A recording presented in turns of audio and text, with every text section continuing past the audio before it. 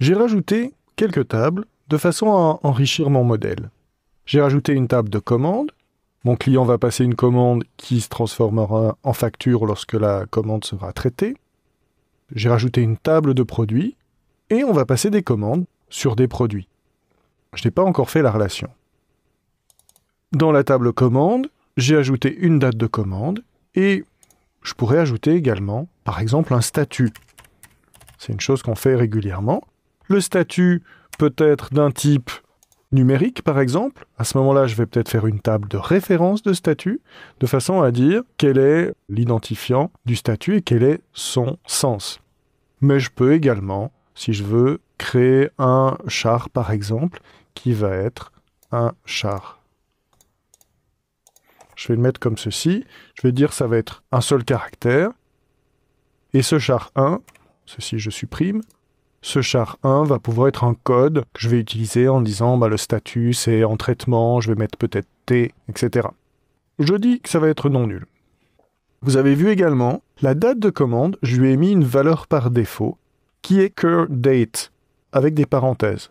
Il s'agit d'une fonction MySQL qui va retourner chaque fois qu'on va insérer une date. Cette fonction va chercher la date courante, retourner la date courante et l'insérer dans la date commande de ma nouvelle ligne. Donc avec ces valeurs par défaut, je peux prédéfinir des données, ce qui est assez pratique pour éviter des saisies pénibles et surtout des erreurs de saisie. L'avantage de la valeur par défaut, c'est que si je ne spécifie rien dans la date de commande, cette valeur va être prise en compte, mais par contre je peux surcharger, écraser cette valeur par défaut et mettre ma propre date de commande. Si par exemple je traite les commandes passées hier, eh bien je vais inscrire manuellement une date de commande et ce n'est pas la valeur par défaut qui sera prise en compte. Alors observons juste un instant ce modèle. Je me demande si je n'ai pas commis une erreur. Je dis la facture est sur un client.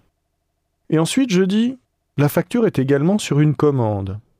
Mais en y réfléchissant mieux, quel est le premier élément de la vie de cette information? C'est-à-dire qu'est-ce qui se passe en premier dans mon commerce?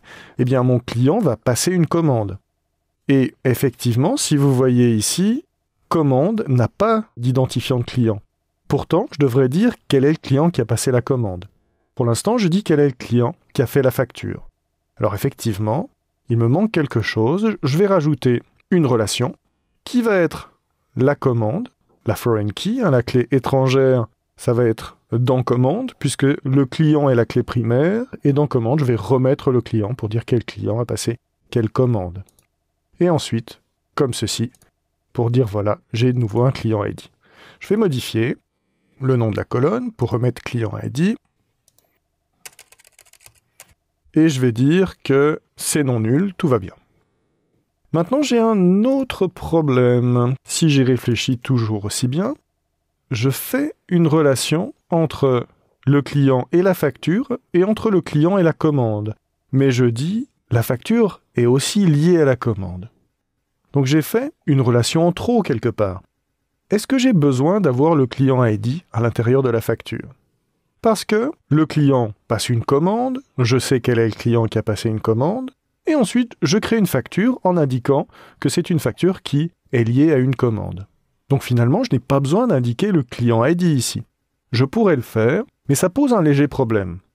C'est que si je peux obtenir l'information à un endroit et à un autre endroit, eh bien, je pourrais encourir des risques, non pas de corruption, mais d'incohérence de données.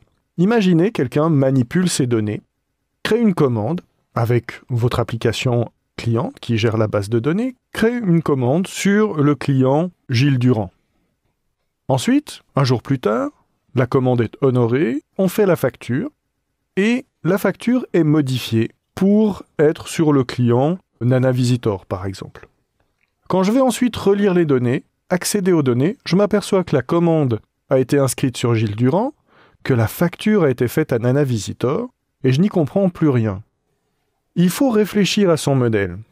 Un modèle de données va contenir quelque part la logique et la cohérence de vos opérations sur les données.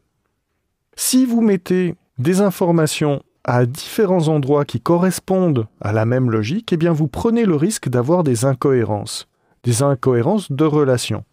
la commande a été passée par quelqu'un, mais la facture est faite à quelqu'un d'autre. Éventuellement, ça peut avoir du sens. Vous pourriez vous dire, bien oui, quelqu'un a commandé, mais je fais une facture pour un autre client. Dans ce cas-là, si vous décidez dans votre modèle que ça a du sens, eh bien faites-le. Si par contre, vous décidez que une personne passe une commande et ensuite on facture nécessairement, obligatoirement à la même personne, il faut alors que vous enleviez le client ID ici. On va faire comme ça. On va dire non, je vais retirer le client ID de la table. Non, il faut que je sois sur la table facture. Voilà, je vais retirer le client ID comme ceci. Alors on va faire un cut. Voilà, ce qui retire immédiatement la relation, bien entendu. Et je vais rester dans quelque chose de plus pur, comme ceci, en disant on a un client qui passe une commande, et ensuite la commande est référencée dans la facture.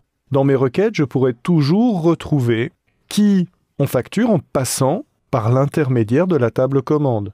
Dans ma requête, je vais dire prends-moi la facture, retrouve la commande, et ensuite retrouve le client de la commande, qui donc correspond logiquement au client de la facture. Mais attention, on est d'accord, il y a deux solutions.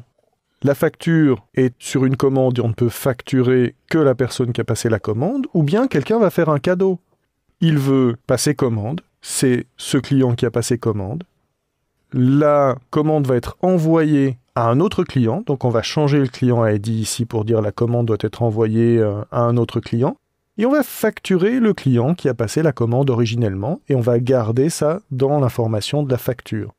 Ce que je veux dire, en d'autres termes, c'est que la modélisation que nous sommes en train de faire ici n'est pas seulement une réflexion technique. Nous devons adapter le modèle à la réalité des opérations que ce modèle représente. Le terme modèle indique bien qu'il s'agit d'une modélisation. On prend la réalité, on prend des processus, des actions, un type de commerce par exemple, et on le représente le plus fidèlement possible dans des relations entre des tables. Ces tables correspondent à des entités, mais aussi, quelque part, à des actions. Ici, la commande, c'est une forme d'action. La facture, c'est une forme aussi d'entité. Ça peut être considéré comme une action. Il faut donc, pour modéliser, non seulement savoir comment organiser les tables, mais aussi savoir comment poser les bonnes questions. La modélisation, c'est toujours un aller-retour entre une partie technique de base de données, mais aussi une discussion avec les gens qui travaillent vraiment sur le terrain. C'est toujours essayer de chercher des réponses, de se poser des questions par rapport au modèle, et chaque fois qu'on ajoute une nouvelle table, qu'on fait une relation, eh bien, il y a des nouvelles questions qui apparaissent. La question, ici, ce serait « Ah mais oui, est-ce qu'on peut facturer quelqu'un d'autre, une personne différente de la commande ?» À ce moment-là, on prend son téléphone, on va voir les gens qui savent, et puis on leur pose des questions. Et je me permets d'ajouter une remarque. Posez les questions et attendez une réponse. Je veux dire par là que les gens ne savent parfois pas exactement le travail qu'ils font. Dans une entreprise, souvent, c'est mon expérience en tout cas, les questions qu'on va poser sont assez précises et les gens nous répondent un peu dans le flou, disent je sais pas, ou nous répondent peut-être parfois trop vite en disant non, on va toujours facturer la personne qui a passé la commande. Méfiez-vous de ça également, c'est une chose que vous allez acquérir avec l'expérience. Méfiez-vous de cela parce que parfois les gens répondent trop vite ou ne savent pas exactement. Il faut pousser un petit peu la question pour être sûr de leur réponse. Parce qu'il est très très courant qu'ils nous répondent par exemple « Non, on va facturer toujours la même personne » et que quelques jours plus tard ils nous disent « Ah, j'y ai pensé, non, effectivement, on peut facturer quelqu'un d'autre, ça nous est déjà arrivé, etc. » Et pour vous, il est très important de pouvoir répondre à cette question au moment où vous faites le modèle, et non pas lorsque le modèle est fait, votre application est développée, vous avez fait tout le système, basé sur le fait qu'on puisse facturer uniquement la personne qui a passé la commande, et les gens viennent vous dire « Mais non, ça ne marche pas, parce que j'ai besoin de facturer quelqu'un d'autre. » Et là, vous allez dire « Mais tu m'as dit le contraire. » Et bien entendu, l'autre va vous répondre « Non, il aura oublié, ou il ne voudra pas y penser. » Mais de toute façon, à ce moment-là, il va vous demander de changer le système parce qu'il en a besoin pour son business.